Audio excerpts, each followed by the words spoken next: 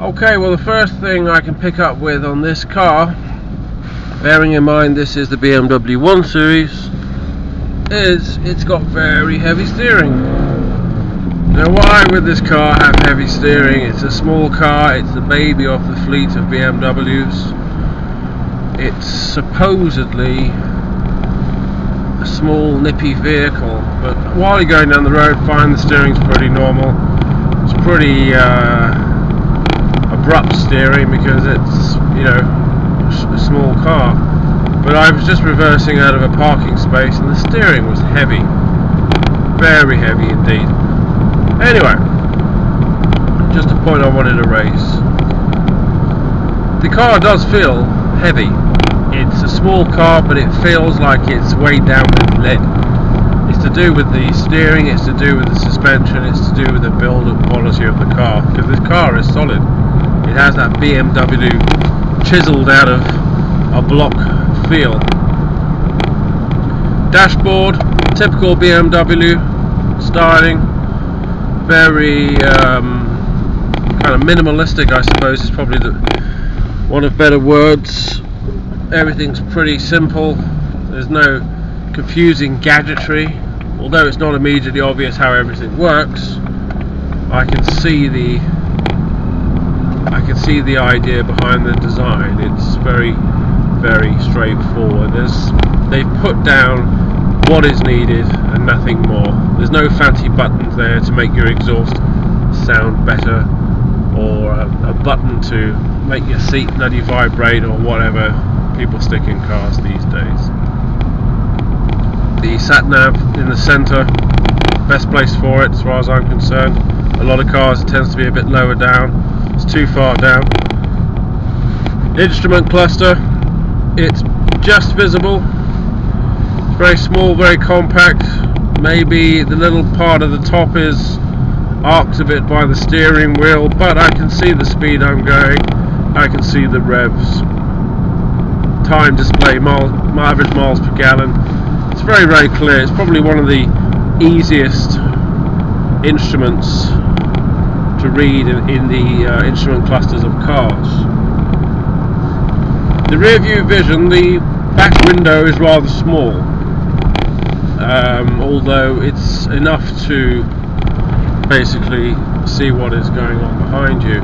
We do have very large and very wide side mirrors, which, although look a bit like Mickey Mouse's ears due to their size, or Dumbo's ears rather, they are very clear, and I can tell you what planes were flying behind me, let alone the cars. So 10 out of 10 for that one to BMW. The door windows are very small, and even though this is a compact car, there is ample headroom. I could probably say there's 5+ inches above my head, and I'm 6'2". It's certainly a very comfortable car, and it doesn't have the feeling of claustrophobia which you get in so many cars nowadays. In fact, you get it in big cars, which is even weirder. The engine is a small engine, but it's delivering a good drive on the vehicle.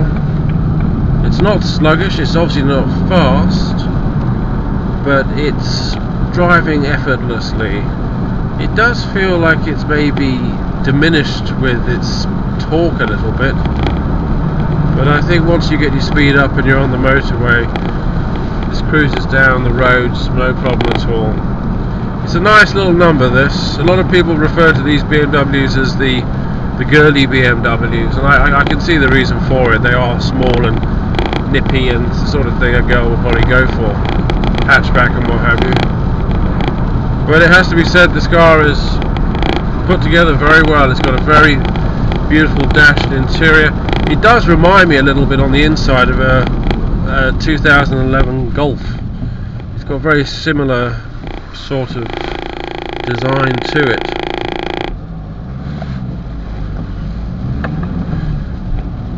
Steering obviously does lighten up as you get going, but it's a chunky old steering wheel, this, you know, and it certainly feels maybe a little bit too clumsy for this vehicle. I think it's just too much mass. It's just too chunky. There's no other word to really define it.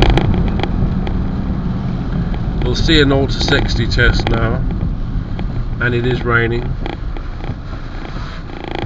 The engine, being a diesel, it's remarkably quiet. I'm not getting a lot of noise at all.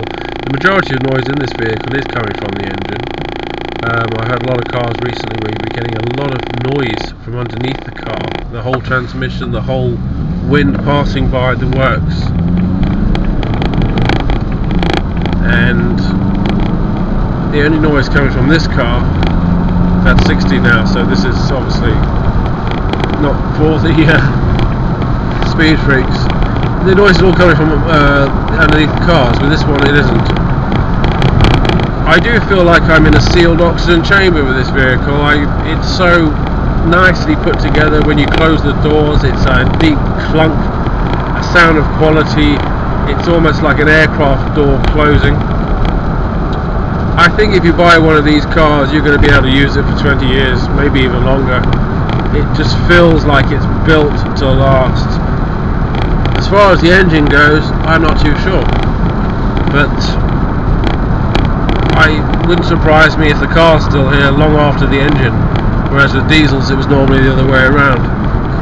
If you're into the BMW 1 Series and it's what you're looking for, I can't think of another car apart from an Audi that really comes near to this.